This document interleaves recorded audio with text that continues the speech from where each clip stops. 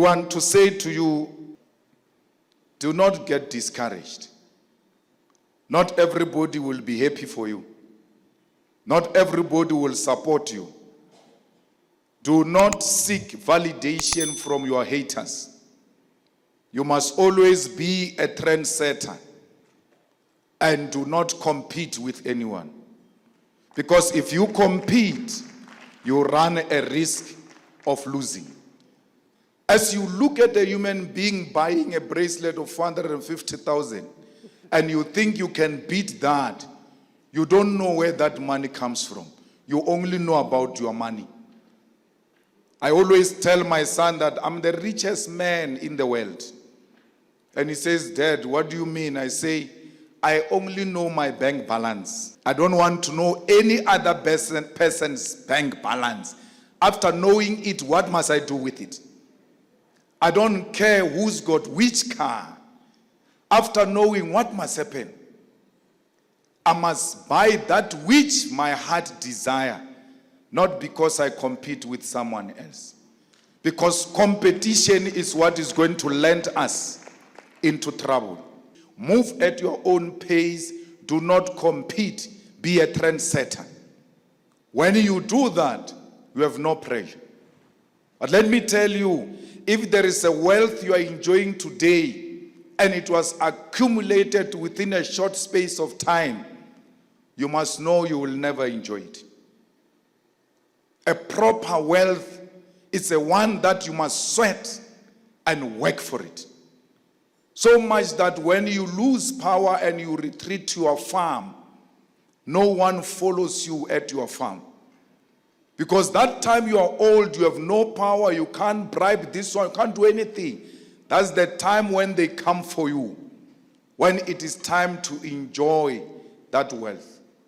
Because business is not popcorns. It's something that you build in your mind, you conceptualize it, and you realize it and see it grow. It is only when you can stay in Johannesburg and you have business in Polokwane and you don't have to be in Polokwane for your business to run, then you must know I've got business. But if you can't leave your business, because when you leave, it is likely to collapse.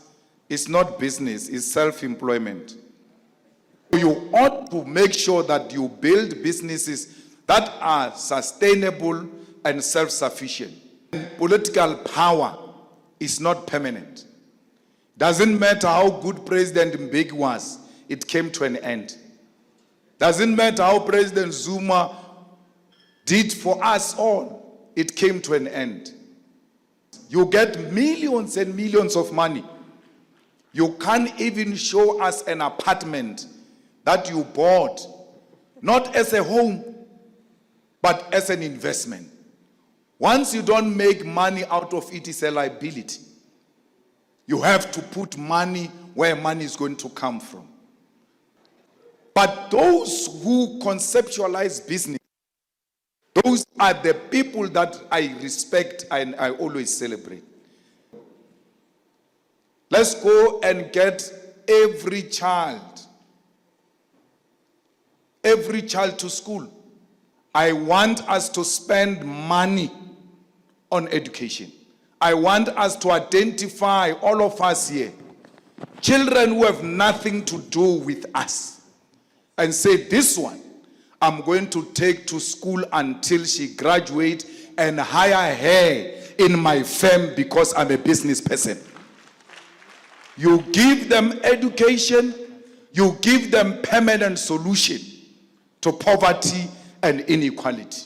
Without education, all of this is artificial intervention. If you guys had given us free education in 1994, we're going to build our own houses because we are educated. We need free. Why free education? Because Verwoerd said, why do you give an African child mathematics? What is an African child going to do with mathematics? They said you can't be taught mathematics because mathematics comes with high positions. And high positions were reserved for white people. That's why they said, what are they going to do with mathematics? We need to go back and invest in education and liberate the mind of an African child, decolonize education that teach Africans to be proud of themselves and not Africans who worship borders and say they hate colonialism and apartheid, but love borders which were brought to us by colonizers. And argue about borders as if there is a country in the world that succeeded economically because it had a fence. In your home, you've got a fence and you are poor. Why is the fence not helping you at home if fence means success?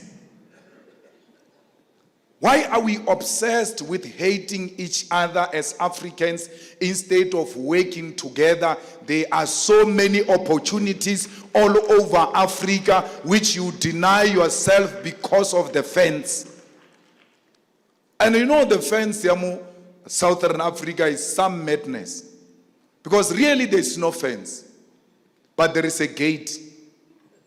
Have you ever seen a person with a yard putting a gate but there is no fence? And every time when he enters that yard, he opens the gate and even lock it. That's us. There's no fence in Lesotho. There's no fence in Zimbabwe. Hate me for what you want. I will never preach the division of African people. If it's going to cost me vote, let it be, because I will never be voted for by xenophobic individuals. Someone stood up in a meeting I was speaking and he said, they took our jobs. I said, after the meeting, come to me. Let's go fetch the job that they took from you. The person has never worked in his entire life, but they took his job. You don't have jobs because the economy is not growing. Not because Zimbabweans are here. Once they tell you the economy is not growing, then you must know there will never be jobs. The growing economy shows itself through the creation of jobs. Don't listen to the story of Zimbabweans and Lesotho. Just look at the economic indicators as to whether our economy is growing or not. And if they say we are not growing, then you should know we are going to be in a crisis of jobs. If you can sell your brother, the buyer has got no reason to trust you because you are unreasonable. So always stand true to your brother and always have their back. I'm a king, yes, I'm a king, I think I'm a king,